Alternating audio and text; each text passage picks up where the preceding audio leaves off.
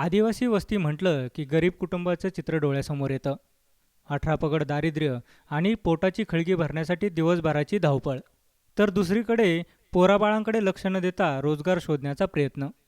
अशाच घरातील व्यक्ती आजारी पडली की झालं सगळं. असंच काहीसं चित्र महागाव तालुक्यातील 400 घराची वस्ती असलेल्या नगरवाडीत. यावर्षी वरुणराजाने साथ देऊन समाधानी केलं खरं, मात्र जाता जाता साथीचे आजार देखील वरुणराजा सोडून गेला.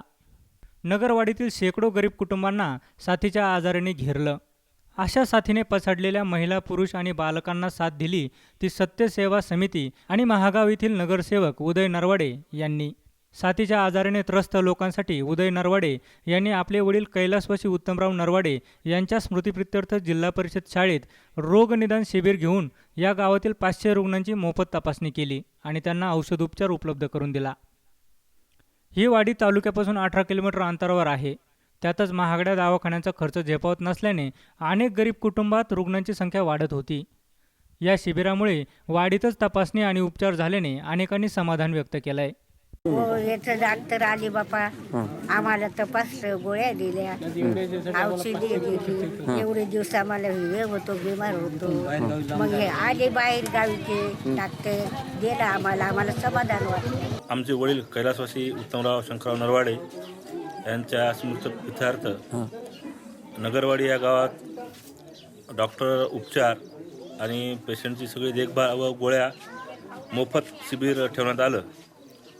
कारण नगरवाडी हे गाव फार महागाव तालुक्यापासून फार दूर आहे आणि पेशंटला येण्या जाण्याची फार तकलीफ होते. याकरिता हे मुद्दाम गाव निवडण्यात आलं आणि आदिवासी बहुल असल्यामुळं प्राधान्य देण्यात आलं नगरवाडीला.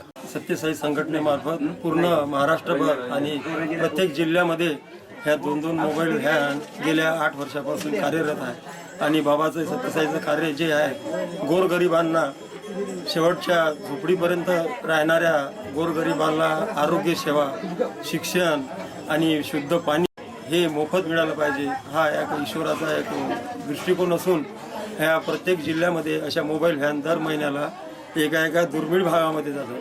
बिकट परिस्थितीत साथीच्या रोगाने त्रस्त झालेल्या गरीब कुटुंबांना उदय नरवाडे यांनी केलेल्या सहकार्याबद्दल परिसरातून त्यांचे आभार व्यक्त होत आहेत. सागर पाईकराव, SBN महाराष्ट्र, यवतमाळ.